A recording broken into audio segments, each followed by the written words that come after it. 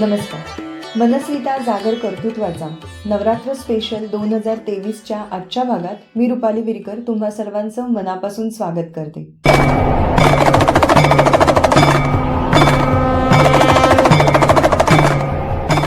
नोकरदार वर्ग असो किंवा व्यावसायिक, वर्षाअखेरीस प्रत्येकजण टॅक्सला घेऊन फार चिंतित असतो. पण जर तुम्ही योग्य व्यक्तीचं मार्गदर्शन घेतलं तर आपल्याला होणारा हा त्रास आपण नक्कीच चुकवू शकतो. मनस्वितेच्या आजच्या या भागामध्ये आपण भेटणार आहोत टॅक्स कन्सल्टंट म्हणून काम करणाऱ्या तेजस्वी नायकोडे यांना. नमस्कार तेजस्वी. नमस्कार रुपाली. नमस्कार तेजस्वी, या व्यवसायाबद्दल आम्ही अधिक जाणून घेण्यास उत्सुक आहोत. बेसिकली माझी टॅक्स कन्सल्टन्सी आहे. त्यामध्ये आम्ही income tax, GST returns, NRI returns, specifically NRI returns आणि ट्रस्ट रिलेटेड वर्क, म्हणजे जे आपलं 12A ATG रजिस्ट्रेशन्स असतं ते बऱ्याच जणांना त्या गोष्टी कळत नाही, तर त्या आम्ही खूप चांगल्या प्रकारे त्याच्या services registration to final compliances आम्ही करून देतो.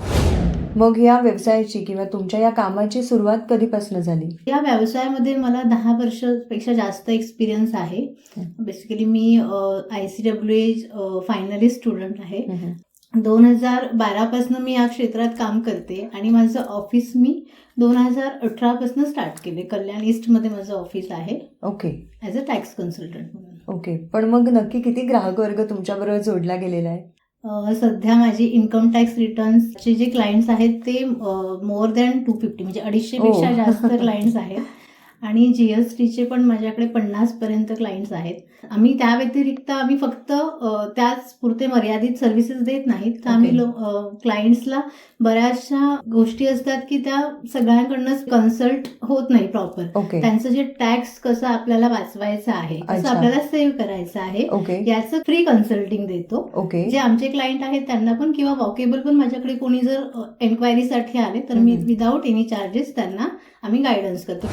तुम्ही एवढ्या ग्राहकांची जी संख्या सांगितली तुमच्याकडे, तर जनरली कोणकोणत्या क्षेत्रातले ग्राहक आहेत हे? माझ्याकडे मोस्टली बिल्डर्स, डेव्हलपर्स आहेत, लॅब्स आहेत, आपले सॅलरियड जे आहेत सर्व्हिसवाले, सर्व्हिस इंडस्ट्रीमधले आहेत. अजून माझ्याकडे मोस्टली ट्रस्ट आहेत. बेसिकली आता रिसेंटली, म्हणजे मी नाव घेऊन सांगेल गर्वाने, की JJ हॉस्पिटल, GT हॉस्पिटल यासारख्या मोठ्या मोठ्या ट्रस्टचे पण वर्क्स आम्ही करतोय सध्या. मग म्हणजे ह्याच्यामध्ये लाईक तुमची काही अशी टीम वगैरे पण काम करते का? एक हाती हा सगळा कारभार चालतो? बेसिकली एक हाती तर कोणी असं करूच शकत नाही. माझ्याकडे 5 मेंबर्स आहेत, स्टाफ आहेत माझे.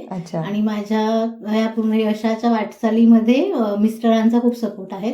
त्यामुळे त्यांच्या बरोबरीने मी हा व्यवसाय पुढे घेतलाय, चालू आहे.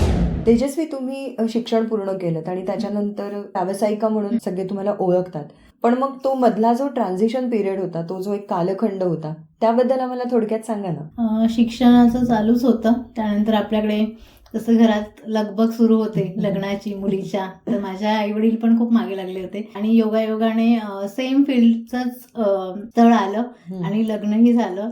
त्या दरम्यान मी थोडा 2-3 वर्ष जॉब करत होते एका प्रायव्हेट लिमिटेड कंपनीमध्ये, पण साथही तशी मिळाली लग्नानंतर. बाळ झाल्यानंतर तर मग बाळाची जबाबदारी, घराची जबाबदारी तर होती. मग त्या दोन्ही गोष्टी करता करताही मला काहीतरी करायचं होतं. सर्व्हिसमध्ये कसं असतं की आपल्याला टाइम टू टाइम कार्ड पंच करणं आणि जाणं, त्या वेळेतच निघणं, या सगळ्या गोष्टी मला पेलवणाऱ्या नव्हत्या, हे मला दिसत होतं.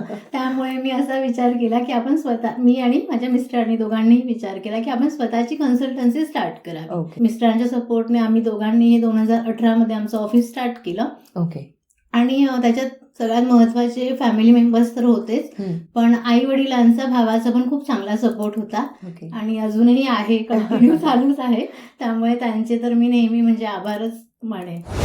तेजस्वी, ॲज अ टॅक्स कन्सल्टंट म्हणून तुमच्या कामाची ऍक्च्युअल प्रोसेस कशी असते?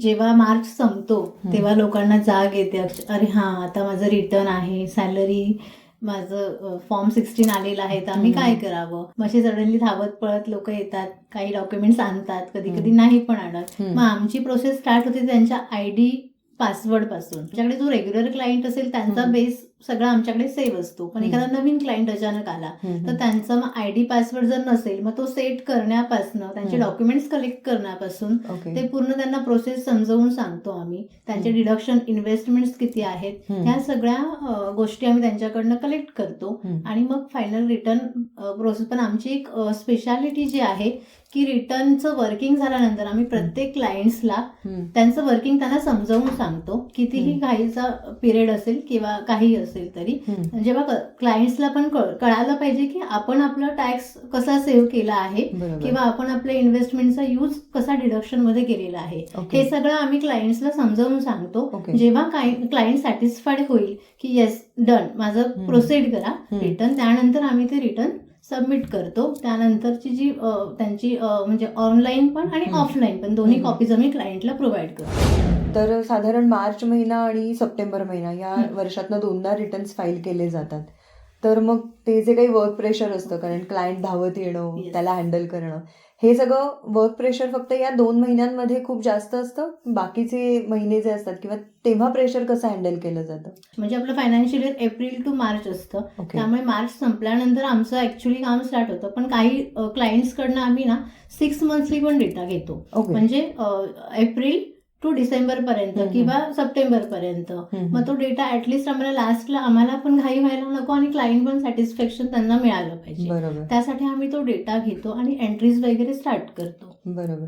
त्यानंतरची मग जी काही प्रोसेस असेल फायनलायझेशन करणं डेटा घेतल्यानंतर एंट्रीज झाल्यानंतर आणि मग रिटर्न्सवर आमचा फोकस होतो. कधी किंवा कोणत्या वयापासनं, जसं की एखाद्या मुलाने 20 वर्षाचा झाला, त्यांनी नोकरी सुरुवात केली नोकरीला, तर मग त्याने हे सगळं प्रोसेस असते ही डॉक्युमेंटेशनची किंवा आपण त्याला म्हणू लिगल काही प्रोसेस असते, तर ती त्याने कधीपासून करायला पाहिजे? ऍक्च्युली असं गरजेचं नाहीये की तुम्हाला टॅक्स लागला आहे किंवा टॅक्स स्लॅबमध्ये तुम्ही येत आहात तरच तुम्ही रिटर्न फाईल करावं. की रिटर्न फाईल नील रिटर्न ही फाईल करू शकतो आपण. हे बऱ्याचशा लोकांना माहिती नाही. लोकांना इन्कम टॅक्स म्हणजे ही भीती भरलेली आहे की हा बाबा मला टॅक्स लागणारच आहे. असं नाहीये. तुम्हाला तुमची सॅलरी बिलो टॅक्स लिमिट पेक्षा जरी असेल तरी तुम्ही ते फाईल करण्याची सवय ठेवावी. त्याने काय होतं, तुमचा डेटा एक तर मेंटेन राहतो. गव्हर्नमेंटच्या साईटवर तुम्ही तुमचा डेटा पुटअप करताय आणि तुमच्या इन्फॉर्मेशन देताय. रिटर्न फाईल करण्याचे फायदे पण आहेत. म्हणजे अचानक तुम्हाला जेव्हा कुठल्या बँकेत लोन घ्यायचं असेल त्यावेळेस लोकांना क्लिक होतं आणि मग तेव्हा धावपळ करतात की हा आता मला माझं रिटर्न फाईल करायचं. मग तेव्हा आमच्याकडे विचारणा होते की हा मला लास्ट 2 इयर्सचं 3 इयर्सचं बॅकडेटेड रिटर्न मिळेल का. तर सर्वात पहिली गोष्ट आहे की बॅकडेटेड रिटर्न्स मोस्टली बंदच केले आहेत गव्हर्नमेंटने. पण जर तुम्हाला पाहिजे असेल तर तुम्ही ते पेएबल म्हणून ते रिटर्न फाईल करावे लागतील. मग तुम्हाला त्याची लेट फीज प्लस टॅक्स असं तुम्हाला ते भरावं लागेल. बऱ्याच लोकांचा एफडीज असतात बँकेमध्ये, त्याच्यावर टीडीएस कट होतात. ते लोकांना माहितच नसतं. ते फॉर्म 10F आणि G असे फॉर्म्स असतात, तर ते काही फिलअप करत नाही. मग तो टीडीएस कट होतो आणि ते रिटर्न फाईल केल्यावरच आपल्याला तो टीडीएस रिफंड करता येतो. पण लोकांना ही माहिती नसल्यामुळे लोक काय करतात की आपला टीडीएस कट होतोय त्या भीतीने त्यांना असं वाटतं की तो रिफंड मिळणारच नाही, त्यामुळे रिटर्न फाईल करत नाहीत आणि रिटर्न फाईल न केल्यामुळे मग तो नुकसान होतो आणि तो रिफंड असाच वाया जातो. इतकी छान ही माहिती आहे आणि खरं तर आकडेमोडीचा हा तसा कचकट विषय आहे पण तरी सुद्धा तो इतक्या छान प्रामाणिकपणे तुम्ही करताय. तर या आपल्या जर्नीमध्ये तुम्हाला काही अचीवमेंट्स वगैरे मिळालेल्या आहेत का? मागे एक केस आली होती आमच्याकडे, ट्रस्टची केस होती. त्यांना 60 lakhsची डिमांड आली होती. ट्रस्टचं नाव नाही घेऊ शकणार आता काही एथिक्समुळे. मग ते आमच्याकडे आले आणि अगोदर कुठल्या तरी एका पर्सनने त्यांच्या खूप मिस्टेक करून ठेवल्या होत्या अगोदरच्या रिटर्न्समध्ये. त्या कारणाने त्यांना ती नोटीस आली. मग आम्ही पूर्ण त्याचा अभ्यास केला त्याच्यावर आणि त्यांचे प्रिव्हियस रिटर्न्स चेक केले. तर बऱ्याचशा मिस्टेक्स आम्ही त्यांना ऑनलाईन आणि ऑफलाईन पण ऑफिसर्सला भेटून आम्ही व्हिजिट केला आणि त्या सॉल्व्ह केल्या. आणि ऑफिसरला जेव्हा ते सॅटिस्फाईड झाले तेव्हा ती त्यांची डिमांड त्यांनी कॅन्सल करून टाकली.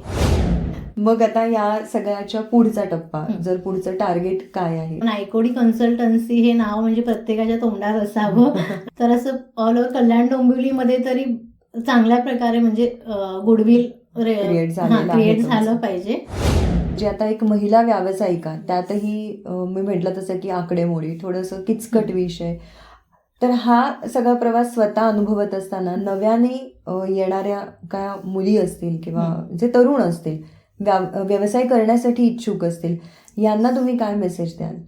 मॅनपॉवर आणि कॅपिटल या दोन्ही Yes. गोष्टी खूप इम्पॉर्टंट आहेत कुठल्याही व्यवसायासाठी, बिझनेससाठी. हम्म. तर त्या दोन्ही गोष्टींचा विचार थोडासा करून आणि थोडंसं घरात आपल्या समजावून सांगितलं ना, तर नक्की आपल्याला प्रोत्साहन पण मिळेल, पाठिंबा पण मिळेल. मुलींनी फक्त चूल आणि मूल हे न सांभाळता त्याच्या पुढेही जाऊन व्यवसाय केला तर एक फायदा मी स्वतः अनुभवते की मुलाला वेळ, म्हणजे मला एक मुलगा आहे, मुलाला वेळ देणं, फॅमिलीला वेळ देणं आणि आपल्याही म्हणजे गरजा आणि हौस पुरवणे, भागवणे, ह्या सगळ्या गोष्टी व्यवसाय करताही करता येतात.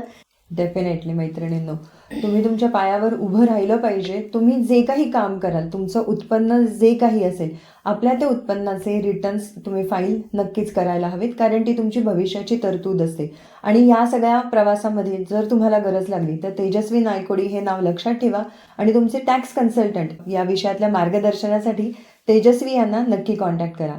तेजस्वी, तुम्ही इथे आलात आणि इतक्या छान गप्पा मारलेल्या आहेत आणि मुळामध्ये खूप महत्त्वाच्या विषयाची माहिती दिली आणि मला माहिती आहे की हा विषय खूप मोठा आहे तसा, पण आपण थोडक्यात इथे प्रेक्षकांपर्यंत पोहोचवण्याचा प्रयत्न केला आहे. एक खूप सुंदर गोष्ट आहे की आमच्या या मनस्वितेच्या प्लॅटफॉर्मवरती अनेक वेगवेगळ्या क्षेत्रातल्या महिला येतात आणि आमच्याबरोबर वेगवेगळ्या कारणांनी जोडल्या जातात. तशाच आमच्या एक मनस्विता आहेत, अश्विनी लेले म्हणून. त्यांचा एक ब्रँड आहे द स्वीट बॉक्स. त्यांच्याकडे एक गिफ्ट आहे तुमच्यासाठी.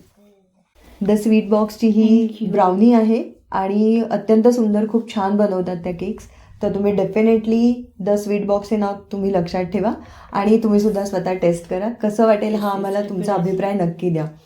आपल्या प्रेक्षकांना सुद्धा द स्वीट बॉक्सचे डिटेल्स आम्ही डिस्क्रिप्शन बॉक्समध्ये दिलेले आहेत. तुम्ही त्यांना डेफिनेटली कॉन्टॅक्ट करा. पुन्हा एकदा तेजस्वी इथे आलात आणि इतक्या छान गप्पा मारल्यात त्याबद्दल खूप खूप धन्यवाद. तुम्ही मला इथे बोलवलं आणि खूप छान छान म्हणजे मलाही मोकळेपणाने बोलता आलं त्याबद्दल